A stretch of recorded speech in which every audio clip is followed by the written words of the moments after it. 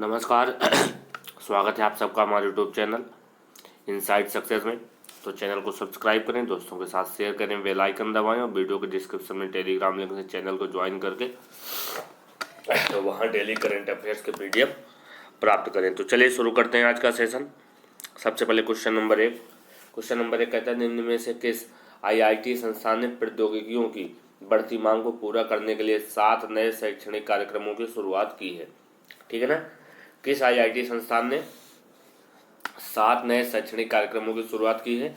ये किया है आईआईटी रुड़की ने। किसने किया है? आईआईटी रुड़की ने किया है। आईआईटी रुड़की के नए दौर की प्रौद्योगिकी के लिए बढ़ती मांग को पूरा करने के लिए डाटा साइंस और आर्टिफिशियल इंटेलिजेंस में विशेषज्ञता के साथ 7 नए शैक्षणिक कार्यक्रम शुरू किए गए हैं। इन कार्यक्रमों में 6 परा स्नातक डिग्री के कार्यक्रम शामिल किए गए हैं और एक 5 वर्षीय एकीकृत कार्यक्रम है।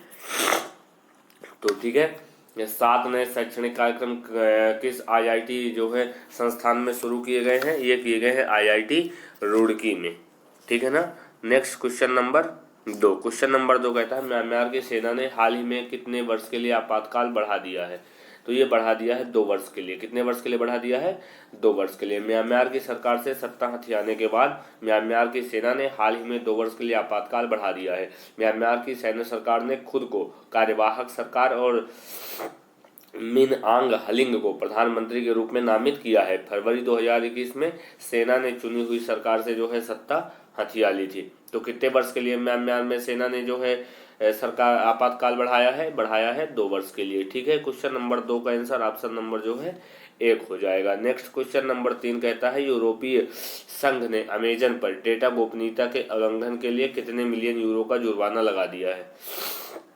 ठीक है ना। क्वेश्चन कहता है कि यूरोपीय संघ ने अमेजन पर डेटा गोपनीयता के उल्लंघन के लिए कितने मिलियन यूरो का जुर्माना लगाया है? तो ये लगाया है 746 मिलियन यूरो। ऑप्शन नंबर 3 हो जाएगा 746 मिलियन यूरो। यूरोपीय संघ ने हाल ही में यूरोपीय यूनियन के सामान्य डेटा संरक्षण विनियमन के उल्लंघन में व्यक्तिगत डेटा को संसाधित करने के लिए अमेजन पर 746 मिलियन यूरो का जुर्माना लगाया है। यह जुर्माना Luxembourg national commission for data protection द्वारा अमेजन यूरोप कोर पर लगाया गया है। तो क्वेश्चन नंबर 3 का आंसर ऑप्शन नंबर जो है 3 हो जाएगा 746 मिलियन यूरो। ठीक है ना।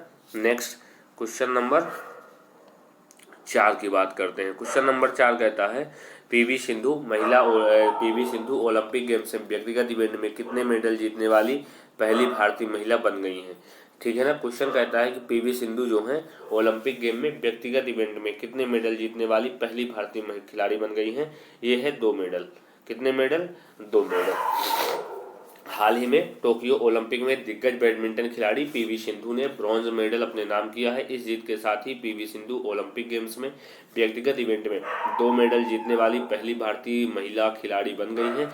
पीवी सिंधु ने चीन की शटलर बिंग जियाओ को 21-13 और 21-15 से हराकर यह उपलब्धि अपने नाम की है। तो क्वेश्चन नंबर 4 का आंसर ऑप्शन नंबर जो है 1 हो जाएगा 2 मेडल। ठीक है ना। नेक्स्ट क्वेश्चन नंबर 5 की बात करते हैं। क्वेश्चन नंबर 5 कहता है भारत और किस देश की सेनाओं ने हाल ही में उत्तरी सिक्किम सेक्टर में एक हॉटलाइट स्थापित किया है?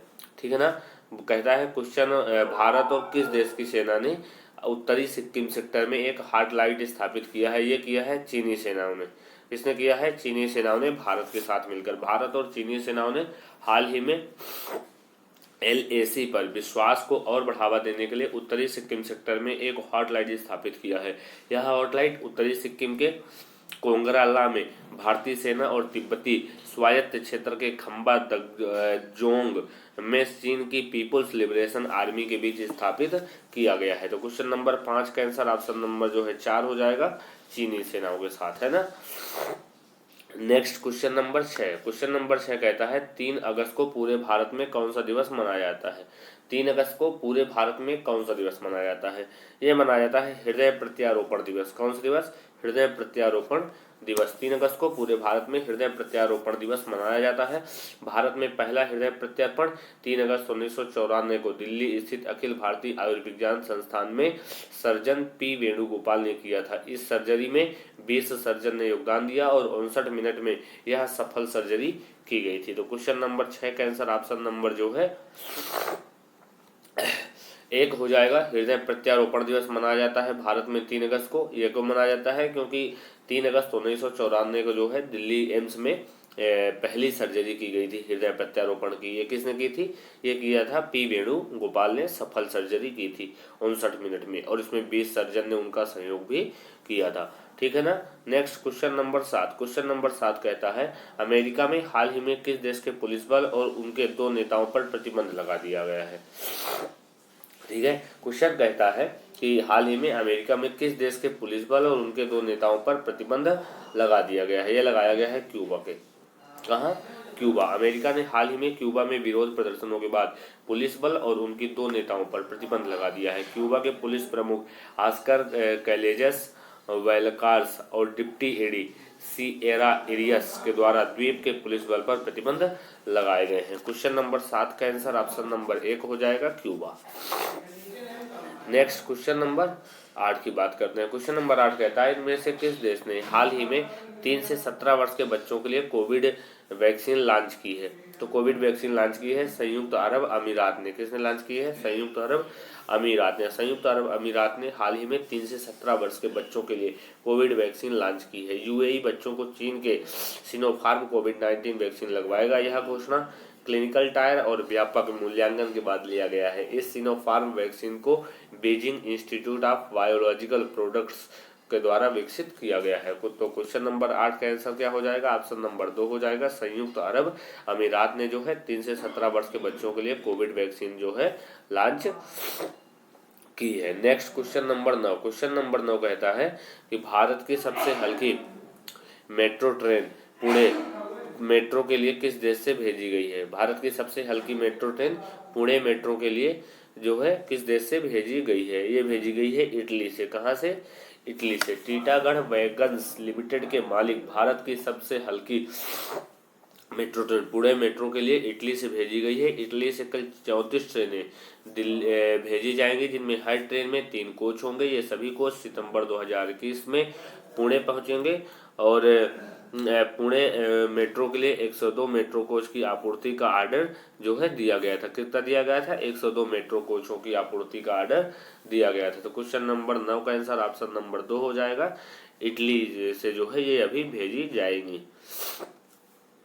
Next question number 10। Question number 10 कहता है भारत और किस देश ने हाल ही में वैश्विक विकास के लिए त्रिकोणीय सहयोग पर अपना समझौता आगे बढ़ाया है? ये बढ़ाया है अमेरिका ने। किसने बढ़ाया है? अमेरिका ने। भारत और संयुक्त राज्य अमेरिका ने हाल ही में वैश्विक विकास के लिए त्रिकोणीय सहयोग पर मार्गदर्शक सिद्धांतों के वक्तव्य में अपना समझौता आगे बढ़ाया है, जिसकी अवधि वर्ष 2026 तक बढ़ाने के लिए SGP समझौते के लिए एक दूसरे संशोधन पर हस्ताक्षर किए गए थे। इस समझौते पर इससे पहले नवंबर 2014 में हस्ताक्षर किए गए थे। ठीक है, तो क्वेश्चन नंबर 10 का आंसर ऑप्शन नंबर जो है 3 हो जाएगा, अमेरिका। पिछले दिन का प्रश्न जो आपका था कि AI फॉर ऑल पहल के लिए किस कंपनी ने CBSE और शिक्षा मंत्रालय के साथ सहयोग किया है? ये किया है इंटेल ने। किसने किया है? इंटेल ने किया है। ठीक है, तो आपका जो पिछले दिन का प्रश्न था इसका आंसर ऑप्शन नंबर डी हो जाएगा, इंटेल। ठीक है, इंटेल ने CBSE और शिक्षा मंत्रालय के साथ जो है सहयोग किया है AI फॉर ऑल की पहल के लिए। ठीक है, आज का प्रश्न वाइस एडमिरल SN घोरमड़े को भारत की किस सेना का नया उप प्रमुख नियुक्त किया गया है? आपका क्वेश्चन है कि वाइस एडमिरल SN घोरमड़े को भारत की किस सेना का नया प्रमुख नियुक्त किया गया है? आपके पास 4 ऑप्शन है। ऑप्शन 1 है जल सेना, ऑप्शन 2 है वायुसेना, ऑप्शन 3 नौसेना और ऑप्शन 4 है इनमें से कोई नहीं। इन 4 में से कोई एक आंसर है। आपको आंसर जो है कमेंट बॉक्स में डिटेल में बताना है। तो चैनल को सब्सक्राइब कर लें, दोस्तों के साथ शेयर करें, बेल आइकन दबाएं और वीडियो के डिस्क्रिप्शन में टेलीग्राम लिंक से चैनल को ज्वाइन करके वहां डेली करंट अफेयर्स के PDF प्राप्त करें। तो यहाँ से आज का सेशन समाप्त होता है। धन्यवाद।